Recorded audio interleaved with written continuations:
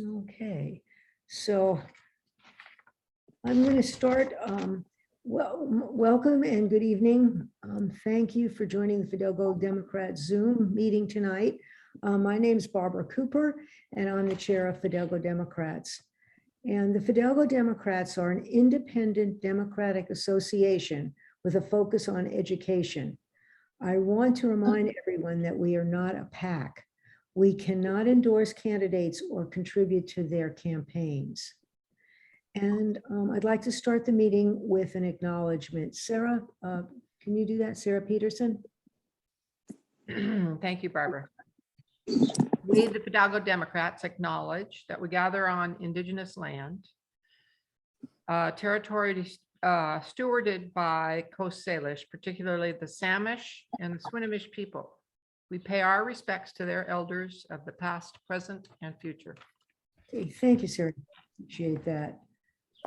Okay, so let you know we're going to have another meeting Tuesday, September 13th. And I've asked about a dozen of our local candidates to come and talk about themselves, why they're running, and to describe their job. And we'll send out a Zoom flyer later in the month to let them know that they can get on easily. There's a couple of announcements, and this is, Brad and I were talking about this. The Skagit County Fair is Thursday, Friday, and Saturday, and the Democrats have a booth set up, and they need help manning the booth, usually 2-hour shifts, and it just gives us a presence there. We can hand out literature, but mainly it just gives us a presence there. And I know that this has been done in the past. So if anybody is interested, Brad has put the link there.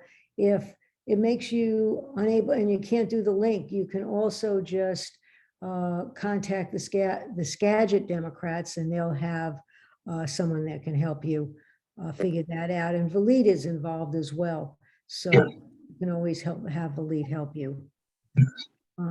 I don't see Bob Dahl here right now. He contacted me about the gala.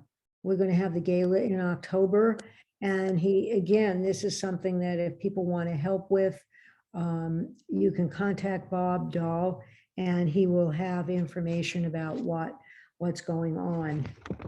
So if you want to do that, that would be somebody to talk to about that.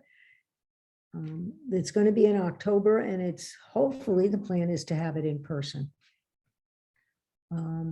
Before I start the meeting, I'd like to ask if there are any elected officials or Democratic Party officials, including PCOs.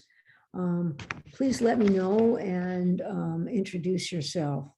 So feel free to jump in, because sometimes I don't see everybody, and so I want to make sure I don't ignore anyone who's working hard to make things happen.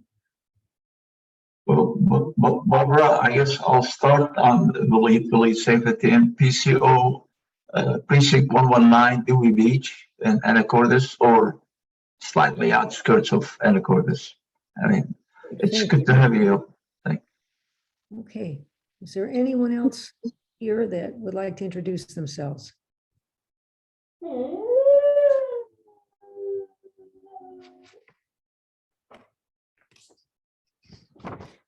That was my dog.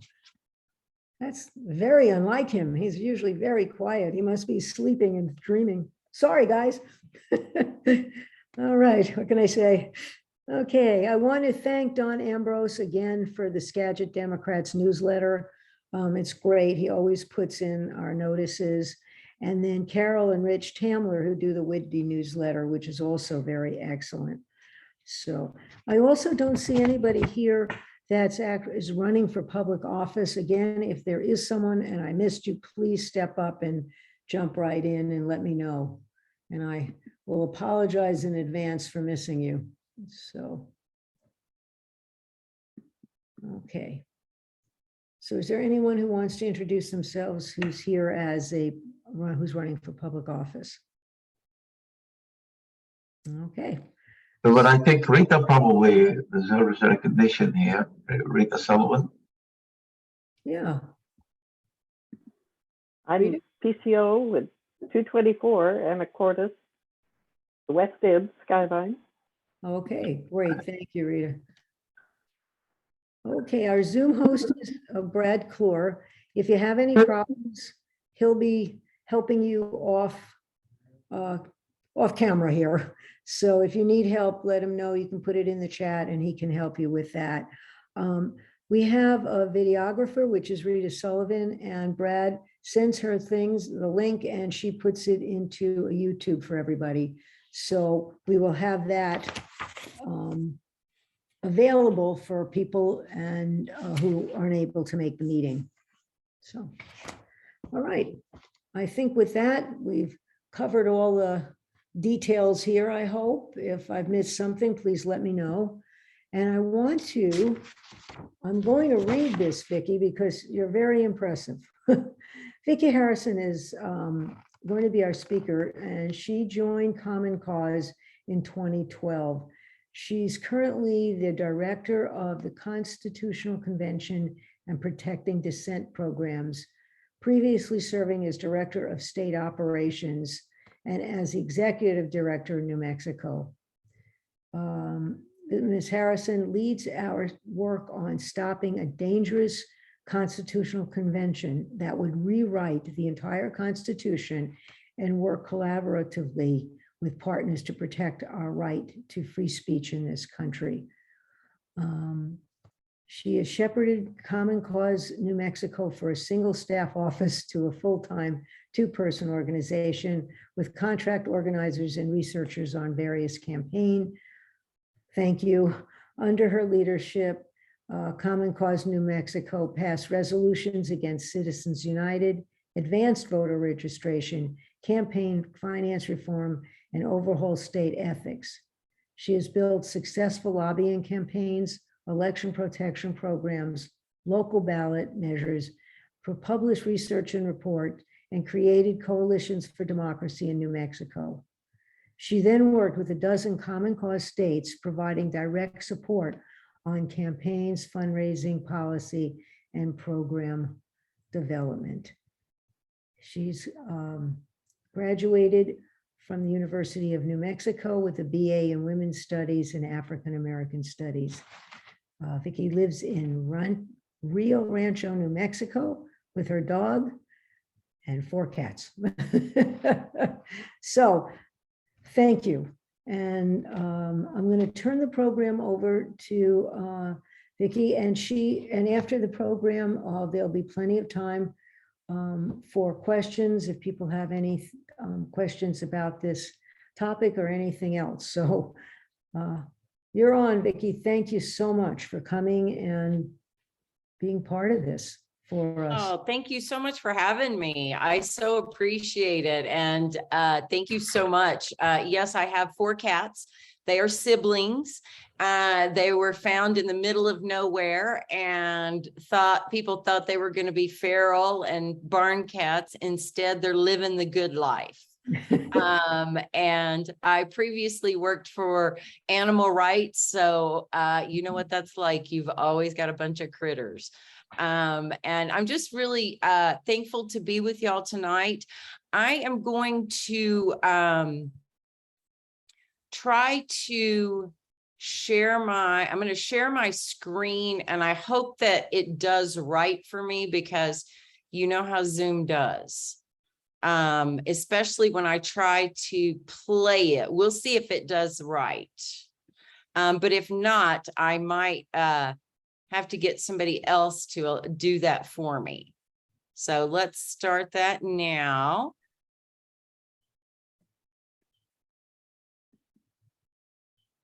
Is that working? Yes. And I'm going to try to share the whole thing, which I will not probably be able to see y'all, but let me know if this still works and doesn't get really weird. Okay, so far it's come up with Common Cause holding power accountable. Perfect. And I can still see y'all. So if you have any questions, you can throw them in the chat. again, thank you for the fantastic welcome. This is our president, Karen Hobart Flynn. I'm just going to talk for a minute about Common Cause. If you're not familiar with us, we have been around since 1970. John Gardner founded us. And the story goes that he looked around Washington, D.C. and said, everybody's got a lobbyist but the people. Where are the people's lobbyists? And so we have actually kind of interesting in the nonprofit world. We were a C4 only until 2000. Everything you donated to us was not tax deductible because we were lobbying with it. We still do education and outreach. We are nonpartisan and non-candidate, so we do not support candidates. The only time we jump in is when it's our own ballot measure, and then we will jump into elections. Otherwise, we are there working on voting rights, gerrymandering, media and democracy, campaign finance reform, so many of the democratic principles that we take for granted, which of course have become so much more exaggerated since the previous president. So instead of just, trying to get disclosure laws passed, we're trying to make sure that it's not legal to run over somebody protesting, things that, we've kind of taken for granted. So the Constitutional Convention, and I will try to do a view where I can see folks, but do people know about a Constitutional Convention? Should I start at the very beginning, or will that be repeating what people already know? For me, would helpful if you just start at the beginning, to be honest. Perfect. And it's very quickly that I can go through that. And so Article 5 of the Constitution provides two ways to amend the Constitution. One, of course, is what we all know, and which has been done 27 times.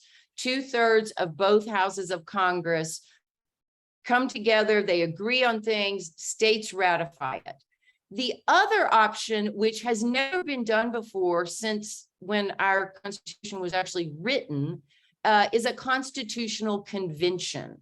And a constitutional convention, and this is Article 5 of the Constitution, which you see how short it is. And, so you see this second part where, they shall call a convention when you have enough states that have called for it. Now, over the years, and we'll get to this in more depth, but over the years, we've had many states make calls for a constitutional convention. And the reason that it has not ever been successful are many, many things. One, there are so many questions that have never been answered, and we just don't know. These are just a few smattering of the questions. I mean, how will the votes be allocated? Will it be per population by state? Will it be, the big states are going to get screwed again? Or, how will delegates be selected?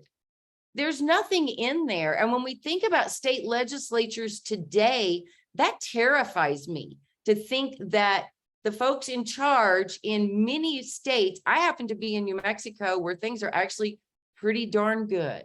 I am happy with what I've got going on, but it's not that way everywhere. And we actually just had some partners at the Center on Media and Democracy, and I will send these resources out later to Barbara so she can get them out to folks. But they just did a report looking at the delegates and what the delegates might look like. And it just shows that that Democrats are going to lose heavily the way our state legislatures are set up right now, and what the majorities are, and the way that's going to look. So there are numerous questions that's one of the reasons why we've never had one held before. The last time we did this was when they wrote our current Constitution, and threw out the rules they themselves had agreed upon when they sat down to write the new Constitution. And so, you can see this. in here where we just don't, sorry, I've got, there we go. You know, they proposed the Bill of Rights. You see right here, James Madison led the opposition, saying that a new convention would upset all these compromises that they've come up with. And so, as you can see here, as I've been talking about, in 1787, we disregarded the ratification processes. And that's, again, what gave us our Constitutional Convention, which gave us our new Constitution. So, in our opinion at Common Cause, an Article 5 convention would be small d undemocratic because of some of the things we just talked about. Think about what state politics looks like right now in our states. Think about what access looks like. I mean, I've been a lobbyist for a long time. I know how horrible lobbyists are, trust me. And I know, I mean, I used to do reports all the time, follow the money. Let's look at the money. Let's see, here's what they've done on expenditures and contributions, and here are the votes. And I'll never forget, I had a former senator, of course, thinking he was hysterical, say, oh, Vicky is so smart. She has figured out that industries donate to legislators that support them. And, you know, I always said it's not about the money, it's about the access. And for me, this would be the biggest free-for-all access ever. We have no rules around it. We have no lobbying rules. We have no campaign finance rules. I mean, what would bribery and nepotism and paybacks look like? We see this happening in so many places on a regular basis, which is why it took us in New Mexico 50 years to pass an ethics commission, because we don't need an ethics commission. As I mentioned earlier, what would this look like with small states? I mean, a simple majority? And look at these numbers, which again, I steal lots of this information from my partners. I work with great partners on this. This slide is probably from David Super, who is a brilliant attorney and law professor at Georgetown and writes a lot and does research on this issue. It just, you know, again, it would be dangerous. That's why we just recently put out a report. We updated our report, and the opposition loves to rib us. I mean, in fact, they're writing extensively and having conversations extensively now about, you know, Common Cause and those folks that are so terrified of democracy. They're scared of democracy because we talk about nobody has the power to limit this convention. There's no role for Congress. There's nothing for the president. There's nothing for the Supreme Court. Thank God, as an aside. I mean, there is nothing in there. That little blurb we saw earlier is it. So who's going to make those rules? Who's going to decide?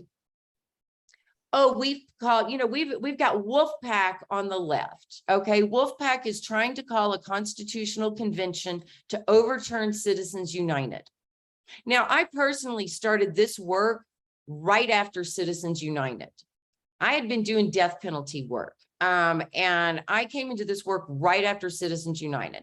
So my first 2 weeks on the job and my first legislative session, which was only 30 days that year in New Mexico, we became the second state to call on Congress to pass an amendment to overturn Citizens United. We absolutely want to overturn Citizens United. Although if you talk to campaign finance attorneys, they will say things were not exactly rosy the day before Citizens United. We still had Buckley v. Vallejo in the 70s that blew the doors off spending. So you talk to campaign finance folks and they're like, yeah, Citizens United was terrible, but we had a lot of other bad rulings before that. But just knowing, so, you know, Wolfpack wanting to do this. So they have worked the last 10, 12 years. They had 5 states, and you'll see later in the presentation, we are busy rescinding applications, old applications on the books to get them off the books. So now we've rescinded 2 of their states this year. So to me, Wolfpack they have 3 states. They can only be used for a runaway convention. They can only be used to see how nobody has the power to stop it. And I think the runaway convention has always been one of our biggest concerns. Since there are no rules, what would it look like? Are we going to throw the rules out and disregard like happened 250 years ago? Or are we not? This is something, again, we've got great support on both sides of the aisle. We have great support. Now, a lot of our ALEC type Republicans, our MAGA, I don't even know how you pronounce that, MAGA, whatever type Republicans, they have glommed onto this, and we'll get into them. But you'll see right here, Scalia, of all people, was like, whoa. I mean, we have some really conservative Republicans who are horrified of a constitutional convention because they're afraid of what the Democrats might do. So we have lots of support around the country for this, which is why we have been able to stop so many of them for so many years. But the other side is now really the 2 big groups that are pushing this and that are moving for this are the balanced budget amendment folks. They are looking to pass, they want a convention to force the federal government to have a balanced budget. And if you know anything about economics, that is a horrifying idea for a government. Now, it's very hard for us to talk to the public about balanced budget because it's not something that you grasp in your little 5-second elevator speech. Because a lot of people think, well, they should balance it. I balance my checkbook. And it's, as we all know, governments, businesses, organizations, you don't operate in such a myopic binary way with your finances. I mean, can you imagine the pandemic if they'd already passed a budget and it was a balanced budget? I just can't even imagine. So you'll see on this second bullet point, Scott Walker, everybody's favorite Wisconsinite. A couple of years ago, he went to, because he saw that the balanced budget amendment, which had been stuck at 27 for a while because we rescinded some of theirs and knocked them down. Here in New Mexico was one of the places. But he came up with this idea of fuzzy math. So we have a lot of states that have these old plenary applications that are generic applications. We have states that have very specific applications. I mean, old ones like we want to elect our senators. We have old abortion ones on the books. We have old school ones on the books. So we have kind of quietly been rescinding the plenaries. And we got, a nice 5 or 6 of them done a few years ago. Had a little bit of a dry spell. And luckily, you'll see in a minute, we've picked that up. So Scott, that we're doing that, not that we agree with Scott Walker, but we don't know who's going to be in charge of making these decisions. So for us and our partners, in addition to defending in states around the country, usually about 150 a year that are introduced, we are also trying to rescind them. And on the second point here, they have sued Congress. That happened. They have sued Congress, and a rogue group, not Scott Walker's group, did that just a few months ago. And of course, I'm not a lawyer, but boy, it was funny listening to the lawyers tear apart their motions and their briefs and it was just a hot mess all over the place. I mean, they addressed the wrong people. They sent it to Pelosi instead of, just all the way down. So we'll see how that turns out, but they're all working together, and they just had a little boot camp right before NCSL met in Denver last week. And they're saying, we're 24 states away. I mean, we're 24 months away. And so we've got Mark Meckler, everybody's favorite Parler founder, and the Convention of States. So he and Scott Walker have been doing, that's the other one, the Balanced Budget Amendment. And I apologize, and I hate to tell you that they are now 6 away, not 7 away, as the flyer for this said, because they just picked up South Carolina. In fact, the 2 biggest ones, Convention of States and the Balanced Budget Amendment, picked up South Carolina this year. And it was a tough fight because the Democrats and a very few Republicans in South Carolina had been fighting that for many years. And as an aside, man, those Dems. So in South Carolina, you have to vote and listen to every amendment. So they introduced, and they had a medical or a marijuana bill. Anyway, they introduced, 2,000 amendments and had like a real talking filibuster for days trying to prevent this. But, ALEC has teamed up with them. They have their own special task force around this where they propose the legislation. And,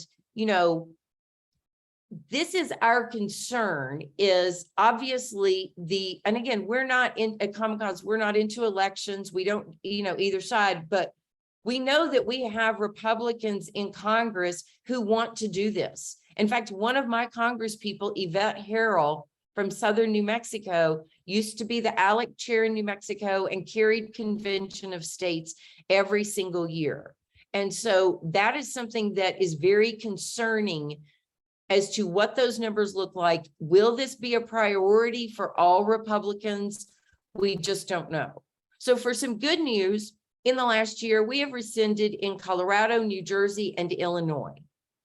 We are working on New York, which will hopefully have a couple of more special sessions this year. That is huge because what we do, again, we're kind of under the radar about this. So the opposition doesn't even know about it until we've rescinded in one chamber. So once we've rescinded in one chamber, suddenly the ALECs and the Convention of States and the Balance, but they all show up. And it really in these states has not mattered because the legislators have said no.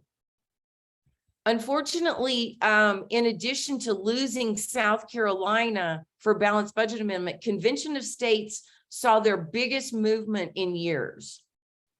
Mark Meckler is putting money into this. He's creating PACs. Again, our partners at Center on Media and Democracy are about to release some information around their PAC spending in states, and they picked up 4 states this year. That's never happened before. And he is, and again, as you see this quote from Mark Meckler, they, meaning us, the people who don't want this, Common Cause, labor, budget, all of our friends working for children, the environment, women's rights, education. I mean, you can look on our website. We have a letter that's been signed by hundreds of organizations across the country. And, this is intended to reverse progressivism, small p progressivism. And we say, yes, it is. And so where does that leave us? That leaves us working to rescind where we can, defending where we can, and educating all of our partners about this issue when so many of our partners and so many activists in this country are, tapped completely out. I always say, I feel like we're all a 6-week-old kitten hanging on the front screen door, blowing in the breeze, just praying to God we drop and land on all 4. So I am going to stop sharing my screen, and I'm happy to answer any questions, have any conversation. And again, just really appreciate the opportunity to talk to you about this.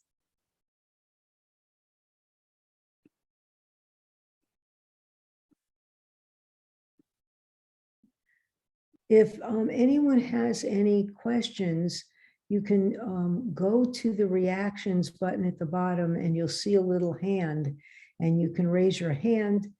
And that way I can know that you want to ask a question like, okay, Belit, I see that you've raised your hand, so you're the first one. Well, thank you, Barbara. Thank you very much, Vicky, for this very fine presentation.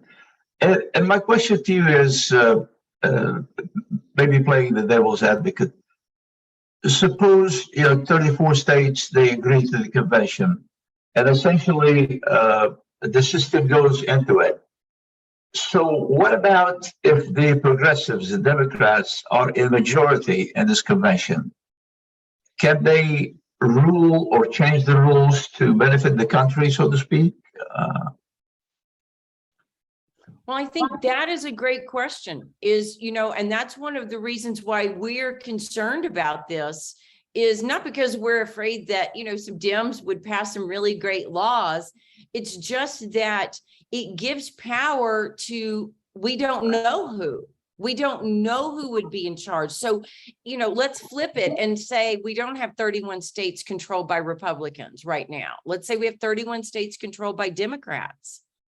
Now, I don't know how y'all are, but, once, in a state, once one party has a nice majority, Lord have mercy. That's when all the fun begins because everybody's got their own idea. Everybody's pushing a different way and they're not a minority. They're not having to stick together. They get two into the majority. And so for us, it's terrifying to think who would be sent in that case. Because I think we can all say, we're a nonpartisan organization. And I bring this up a lot when we have meetings like, it's hard sometimes to be nonpartisan right now because we see one party who's gone so far off when just 20 years ago, 10 years ago, they were with us on anti-gerrymandering. And I mean, when I was at Common Cause New Mexico for 6 years, every single bill I worked on and had introduced, I had a Republican and a Democrat sponsor in both chambers. Every single one. It was something that was important to me. And we have seen it. And that's what I say, like, we can't keep chasing. We got to stick to our principles. These are our principles. And so, yes, we see one party around gerrymandering and voting just off the rails. But we have to all be very honest. When we talk about campaign finance and disclosure and ethics, both parties need help. Yeah. Thank you. Otherwise, we would have public financing for every single state office in every blue state, which we don't. And they fight it tooth and nail. Thank you.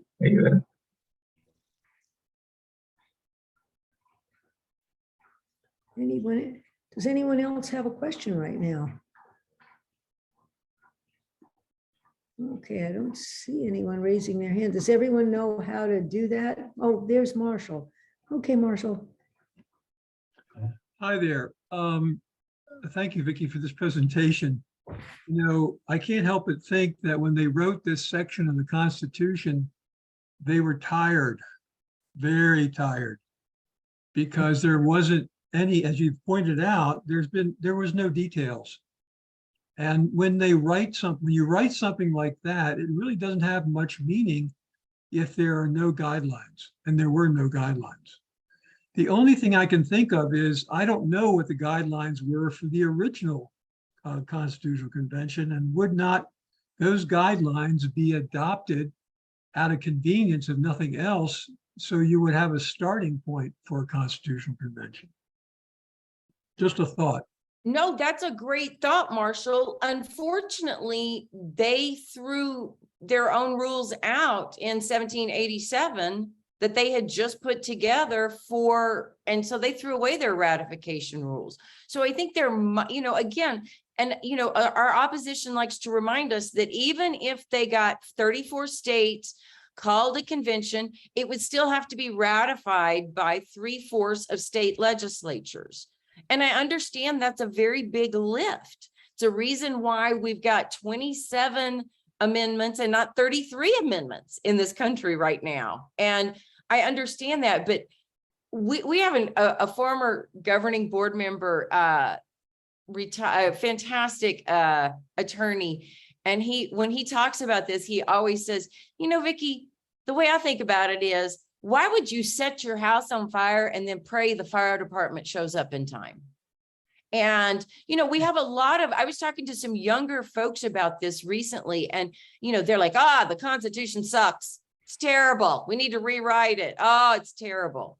And these were some young, progressive, and I just looked at them and I was like, I totally understand that. But, you know, there's a lot of good stuff in those 27 amendments. Okay. And there's a lot of good stuff in the Constitution. Just because it was written a long time ago doesn't mean it's terrible. And I kind of glibly, and I didn't mean to, but I said, if you think the current Constitution is bad, how do you think it's going to be when Ted and Marjorie and Lauren rewrite it? Okay. I mean, we are in a different world. These are not statesmen and forefathers, and it's just a different world. And it terrifies me to think, and I'm not terrified of many things. I've dealt with, you know, I always feel like there's a policy way through this, but the way I see, you know, we talk about could there be a little horse trading on the floor? I'll give you guns, you give me abortion. We don't know, you know, in fact, again, David Super has a great little thing that's like guns for abortion. And but we just don't know. We don't know what it would be. And so I think that is why for us, we have a tried and true method that we've used for 250 years. Let's use that method and not get in there and tinker around. Great question, though. I have no idea why they threw it in there, because it's literally, y'all saw how short it is. Yeah, thank you. Are there anyone else? Again, just go to the reactions button on the right side. And if you click on that, I'm going to do that right now. You'll see a raise hand. And then it comes up and I can see you in the chat there. I have a question though. You said you got a few states to rescind. How did you do that? And get my mute button going. What we did is if you'll notice, the 3 states that we did, they had old plenary ones on the books. And we did this in like 16 and 17 in New Mexico and Delaware and a few other places. And then last summer in Colorado, and in December in New Jersey, and April in Illinois. And what we have done is say, look at the map. Where are these old open plenary applications still on the books that Scott Walker or the balanced budget amendments or the Convention of States that we can get off the books? And we, quite frankly, have looked in not just Republican states, but Democrat states. And we don't have a lot of Republican states who want to push it. So what we've done is we hire, local advocate lobbyists in states, the lobbyists that work with our, common cause in the states, or, all kinds of, unions. Again, AFSCME is a great partner in this, AFL-CIO, Planned Parenthood. We've got lots of great partners in this. And so we typically hire lobbyists as well as raise money for the local organizations, whether we're trying to rescind or defend, doing the same thing in Nebraska, which we lost Convention of States, which we've been holding off for 3 years there, as well as South Carolina. So we just go to our Democrats in the state. We work with our Republican partners, so they go to the Republicans in the state, because unfortunately, even though Common Cause is nonpartisan, a lot of heavily red states think we are very, very, very left. And so we have their, or, the folks that they listen to, and we talk to them, we get it introduced, and we get our members in that state and our partner members to reach out to their legislators and say, this is a priority. I know it doesn't look like a priority because it's from 300 years ago, but we want to get this off the books. We don't agree with the fuzzy math, but we don't know who's going to make the rules when that time comes. So we'd rather just get it off the books. And so we've done it in different ways, you know, in different states like that. Okay, yeah, it's kind of interesting. Okay. Any other questions that anybody might have? Philippe? I'm sorry, I keep coming back. No, that's perfectly fine. Vicky, if I may, I invited a number of friends to join because reading the note and reading the, what's being proposed, it really terrified me. And to be honest with you. So unfortunately, the friends I invited, they are somewhat Zoom challenged. They couldn't join us.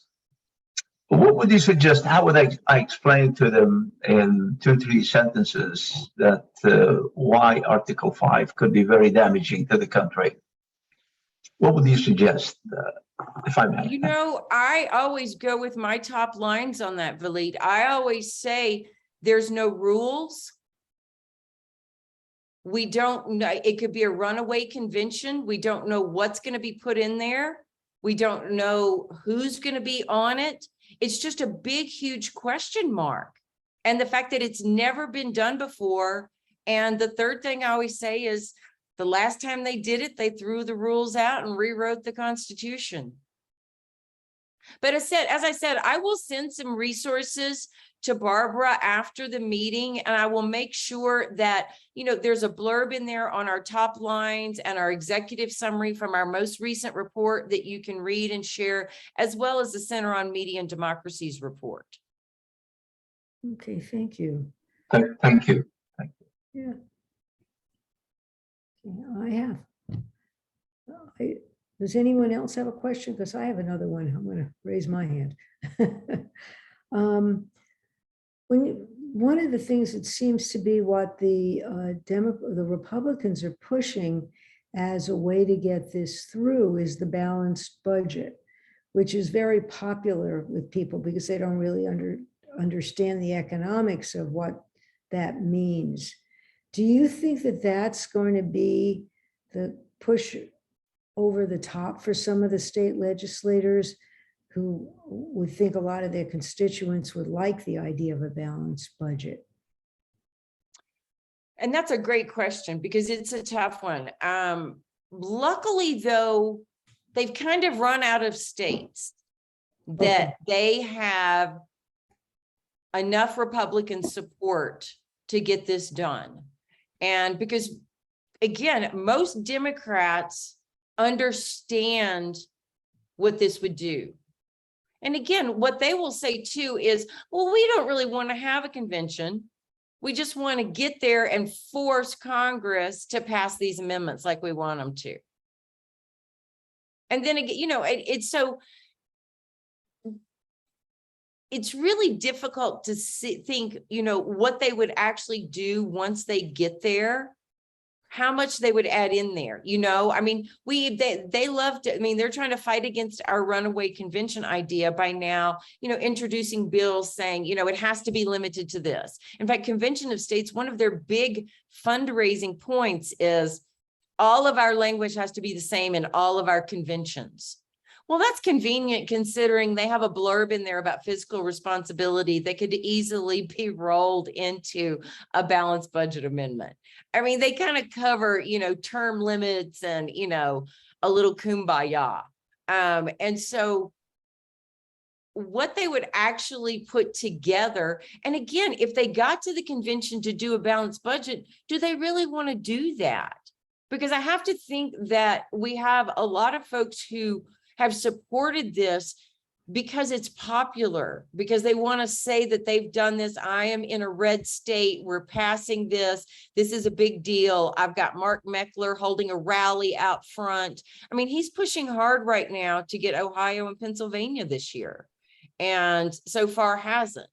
But I think once they got there, who knows? To me, it's kind of like the end of this Supreme Court that we just saw. I mean, I'm 55. I've never seen anything like that in my life. I was just like, bam, bam, bam, one after the other, with foreshadowing of what's to come. And so to me, I see a lot of those education. I mean, quite frankly, education, we see what has already been done to the schools in our country, for heaven's sake. So I think that once they get there, the rules are out the door, and we're going to have the people with access, the people with power who are going to be there writing the rules and writing the Constitution. And of course, the balance, and they're all colluding and collaborating too, all these different campaigns. And I just talked about the two biggest ones. You'll see in our report, there's lots of them. We have a new one called term limits. They've picked up a few states, to put in term limits for Congress. We're going to call a convention and have term limits. It's interesting.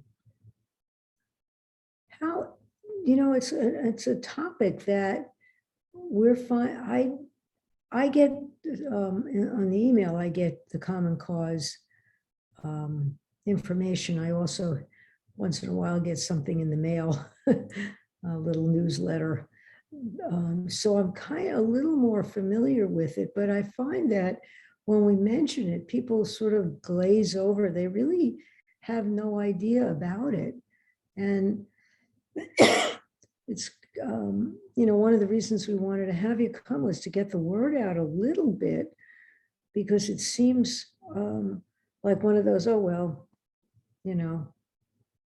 and I don't think it's an oh, well, it sounds pretty scary. Why, this is just a question, a hypothetical question. Why do you think the what it seems like the Republicans and the conservatives now are so into this at the moment, when it seems like it would be counterintuitive for them to want something like this? It really is. And that is a real mystery, especially because, as I've mentioned, a lot of the real conservative Republicans in many state legislatures, as well as, previous Supreme Court justices and law professors, are absolutely on our side. They're like, why would we do this? This doesn't make any sense. I mean, if you want to hear Republicans talk about this, our support from Republicans in Nebraska was all about guns. They're going to take our guns away. Years of debate in both chambers and in committee. I can't even tell you how many hours I've watched in Nebraska, and it's all about the guns. But then you also see the trading too, vote trading on the floor where, which is why I think Convention of States finally passed, is people are like, I'm tired of dealing with this. And if you're going to give me some votes over here, I don't know why. And maybe because they, at this point control X number of states. Maybe they think that's a good idea. Maybe they think that they don't like it's something we have talked about, Barbara, so many times and in so many spaces. And I've talked with them about this many times. And, it's because it's what we need to do, because Congress sucks and we've got to fix it. We can't trust Congress is what it boils down to over and over. And I don't mean to be cynical, but I think they raise a lot of money on it. I think it's a good thing. It's a fundraiser, Yeah.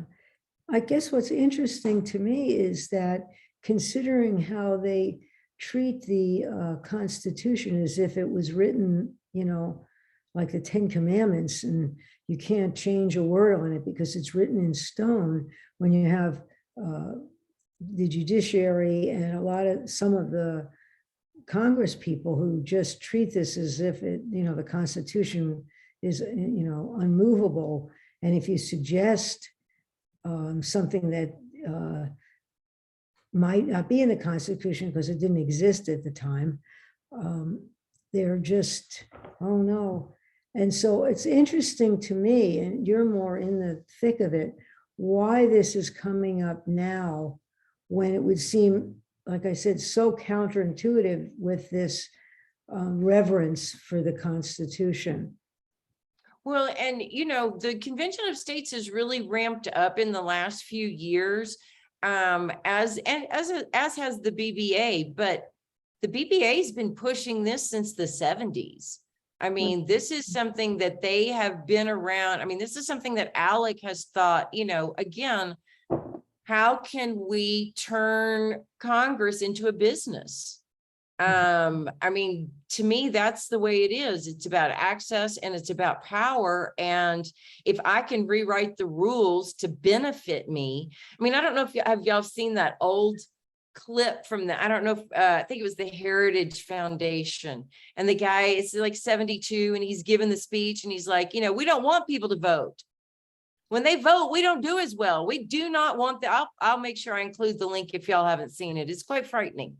And, again, I think it's like, we've seen stuff coming out now since we've had this Roe v. Wade decision, where people are coming out and research is being done saying, well, it wasn't even really that Republicans had even an opinion about abortion. It just polled well with fundraising. And so we went with it for 50 years. Yeah. So I think that I mean, I don't mean to be totally cynical, but a little bit. After dealing with state legislatures and city councils and county commissions and Congress for too many years. And again, if everybody was there trying to do, and I do think that the majority of elected officials are trying to do their best. I think that, they're once they're elected, they want to serve their community and they want to do the right thing. I just think that so quickly that gets taken away. And I had a congressman from the East Coast tell me one time, very progressive left guy. And he said, Vicki, you love to, give us grief for dialing for dollars, the fact that we're doing fundraising 6 hours a day. He said, which is horrible in and of itself. He said, but what's even more insidious is by all of us in Congress with these 2-year terms and we're dialing for dollars, who are we talking to? We're talking to really rich people for 6 hours a day. He goes, after 6 months, I'm going, oh my God, maybe the tax rules are the problem in this country. Maybe that is the biggest issue. He's like, even I am beat down after that. And I'll never forget our current governor in New Mexico, Michelle Lujan Grisham, used to be a congressperson. And this is New Mexico. We all know each other. And when she won her first term in Congress, I ran into her at the grocery store the next day. And she said, you're never going to believe this. It's the first week in November. I don't even take office until January 1st. And the consultants have told me I have to raise $1 million between now and Christmas for my next election for the office I still haven't even taken it yet. So to me, why are they pushing this? Because I don't know who's going to be in charge and what it's going to look like. Yeah. How do you get the word out about this to people in general about this? It's difficult because, the reason nobody knows about it is we've never done it. Right. Nobody ever talks about it. It's not like it's just something that's done. And so, we do presentations like this, we do reports, we work with our partners, we do education in state, reach out, try to let other nonprofits know about it. Quite frankly, I try to make it easy for other nonprofits to not have to spend a lot of their time and energy on it if, let's say, they're working for the environment or for education.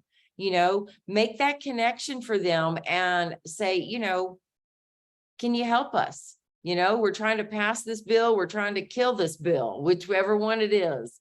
And trying to, put out research, scholarly papers, again, working with law professors, working with attorney generals, you know, just different people who, whether they are a professor or in the law or concerned about the Constitution. But I got to tell you, it's a big lift. There's a lot out there people are trying to absorb every single day. But luckily, it does seem that, you know, once it's almost on fire, they show up. Okay. I thank y'all all so much for having me join y'all tonight. And I really appreciate it. And hope y'all have a wonderful evening in lovely Washington State. Well, thank you. Thank you. Yeah, I think that I really appreciate you coming because this is really an interesting issue that is definitely under the radar for a lot of people. So thank you for all the work you do, and thank you for getting this out more to the Yeah. public, because I think it's really important. And thank you, Corinne. Corinne Salcedo was the mover and shaker behind getting this going. So thank you, Corinne, for doing that. And before you go, I'll ask, are there any other questions, any other comments, or can we let? Yes, if I may, Barbara, just a quick question for Vicky. So Vicky, in the States, does this motion have to be put on the ballot? Do the states have to vote on it to join the convention or not? Or can just the state legislators can vote on it? Great question. This is not something that goes to the ballot. And in fact, except for South Carolina, this is not something that goes to the governor, whether you are passing it or rescinding something. This is something that simply your state house and your state senate will do and then send to Congress. Oh, Great question. very frightening, actually. Okay. Looks, I don't Thank see any other hands raised or any other questions. So I think we're doing well, and thank you, Vicky, for all you're doing. I'm going to, Thank you very much. I'll stop the recording when you leave, and if people want to stay on and talk, they're more than welcome to stay. So Thank you all again so much for having me. And like I said, I will send Barbara some resources and make sure she has my contact info. If anybody wants to reach out with other questions, always feel free to do so. all right. And thank you for all you're doing, Vicky. We appreciate you. Thank you. Thank you Really. all so much. Bye-bye. Bye-bye. Thank you. Okay. Okay. This